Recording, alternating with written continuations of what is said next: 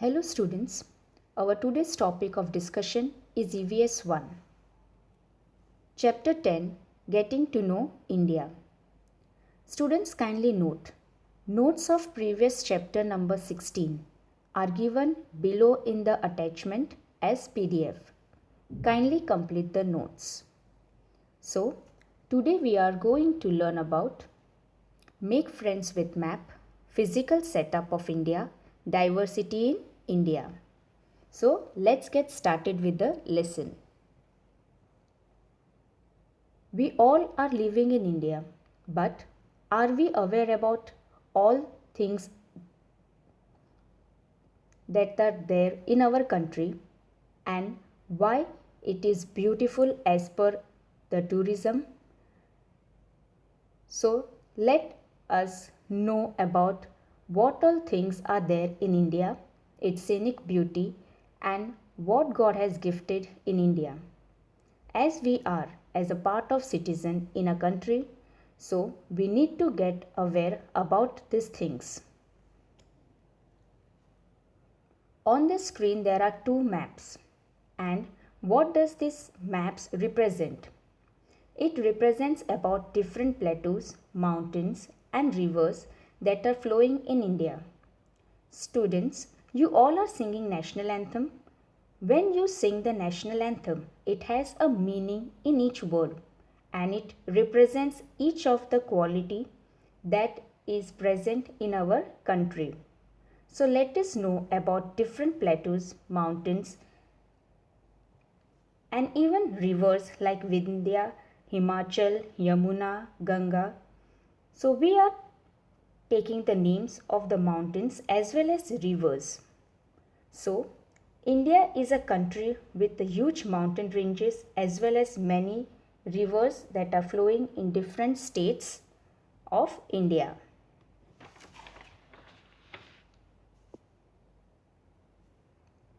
Now on the screen you can see a map of India with different rivers. I have selected few rivers. There is one activity in your textbook. You can select the rivers and search them in your map in the textbook. And you need to encircle that which name of the river you are familiar with.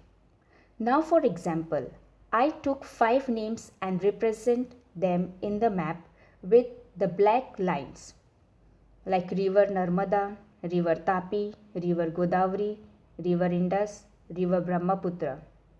Now, while writing, I am writing R as a short form for river in the map. And you all can see the map of India with rivers. When you want to show river in the map, you need to use blue lines. Why? Because blue represents water. So with the help of blue lines, you can show rivers in the map.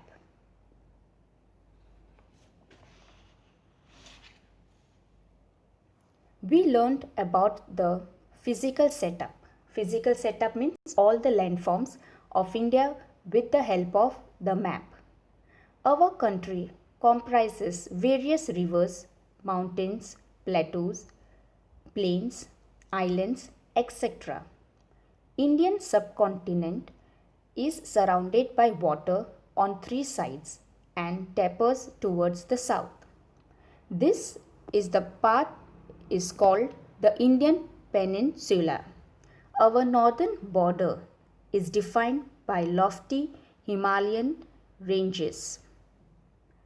Our country has forests, plains and deserts. On the screen you can see pictures of rivers, mountain, plateaus, plains and island and many other water bodies as well as landforms we have studied in earlier chapter. So this all comprises on the earth surface.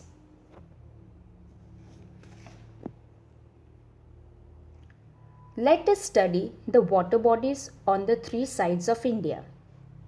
The first one is Arabian Sea, Bay of Bengal and Indian Ocean. The 3 water bodies on the 3 sides of India. Arabian Sea is to the west, Bay of Bengal is to the east, and Indian Ocean is to the south of India. Thus, this part that tapers towards the south of India is called the Indian Peninsula. You can see in the second picture the part which is marked with red pen. That part is called as Indian Peninsula.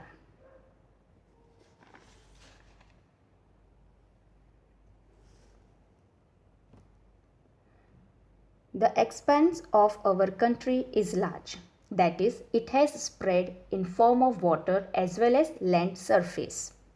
The height above the sea level varies and goes up even beyond 8,000 meters. Therefore, the weather conditions change from region to region. This gives rise to a wide varieties of plants, animals, and birds. The height above sea level goes even beyond 8,000 meters. Let us learn about the Gulf. Here we have the Gulf of India. What is the meaning of Gulf? A part of ocean or sea extending into the land is called a Gulf. Gulf of Kutch, Gulf of Khambat, Gulf of Mannar, Gulf of Kutch and Gulf of Khambat are to the west of India and Gulf of Mannar is to the south of India. Wide varieties of living things. So, we are having cool climatic regions, warm climatic regions, moderate rainfall, high rainfall and low rainfall. We are having desert regions. On the screen you can see the picture of animals. What it tells you? One side there is snowy area and other side is tropic region. So as per the region, animals survive.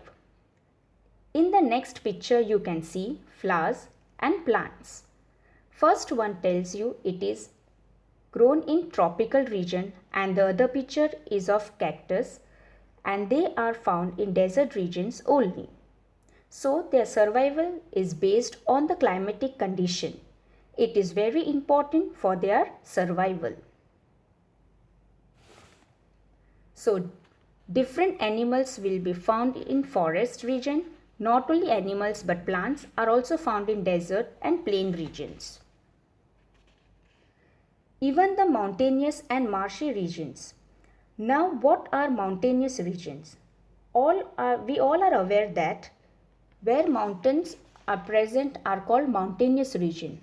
Now marshy region means where there is a water body and along to the water body near the coast there are ample amount of plants and trees. They are connected to the water bodies.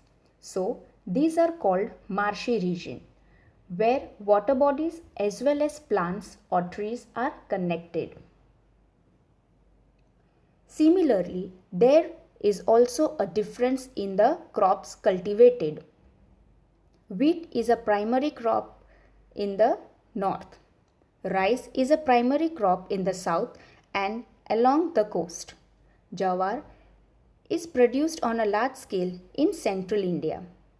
This diversity has a significant effect on our lifestyle, customs, traditions, and culture.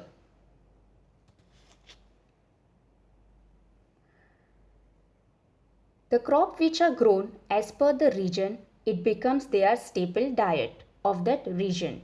That is the major crop of that region. Now when we want to indicate certain things in the map, we have already studied that we use certain signs and symbols.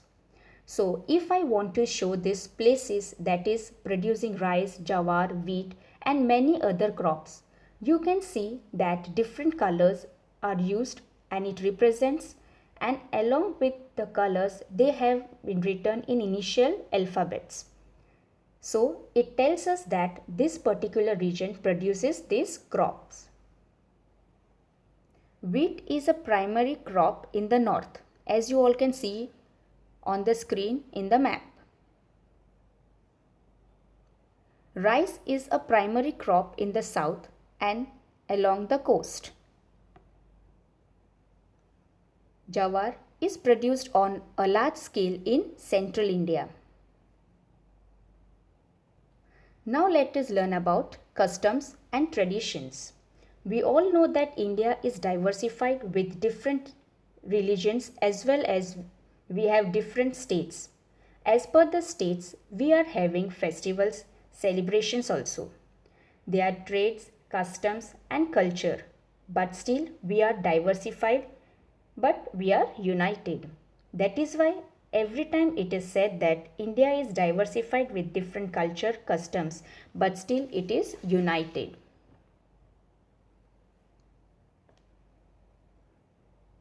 Different celebrations of different festivals in different states. People of many different castes, tribes and religions live in our country.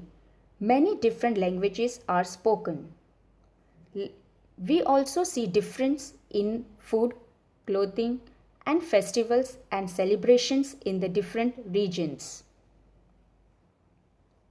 Different languages like Gujarati, Sanskrit, Hindi, Marathi and many more languages are there in India.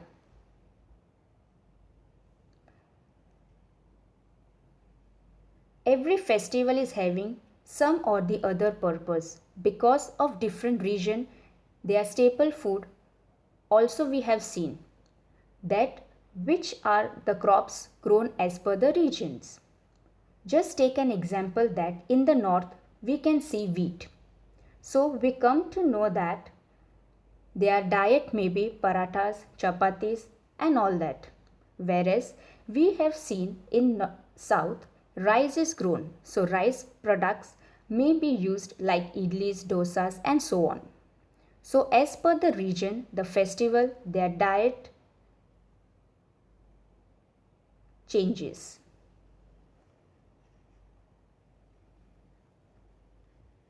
Lifestyle, customs, traditions and culture. As you all can see on the screen.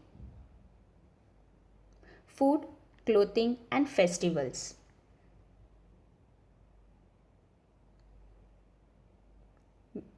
Different tribes and cultures live in our country.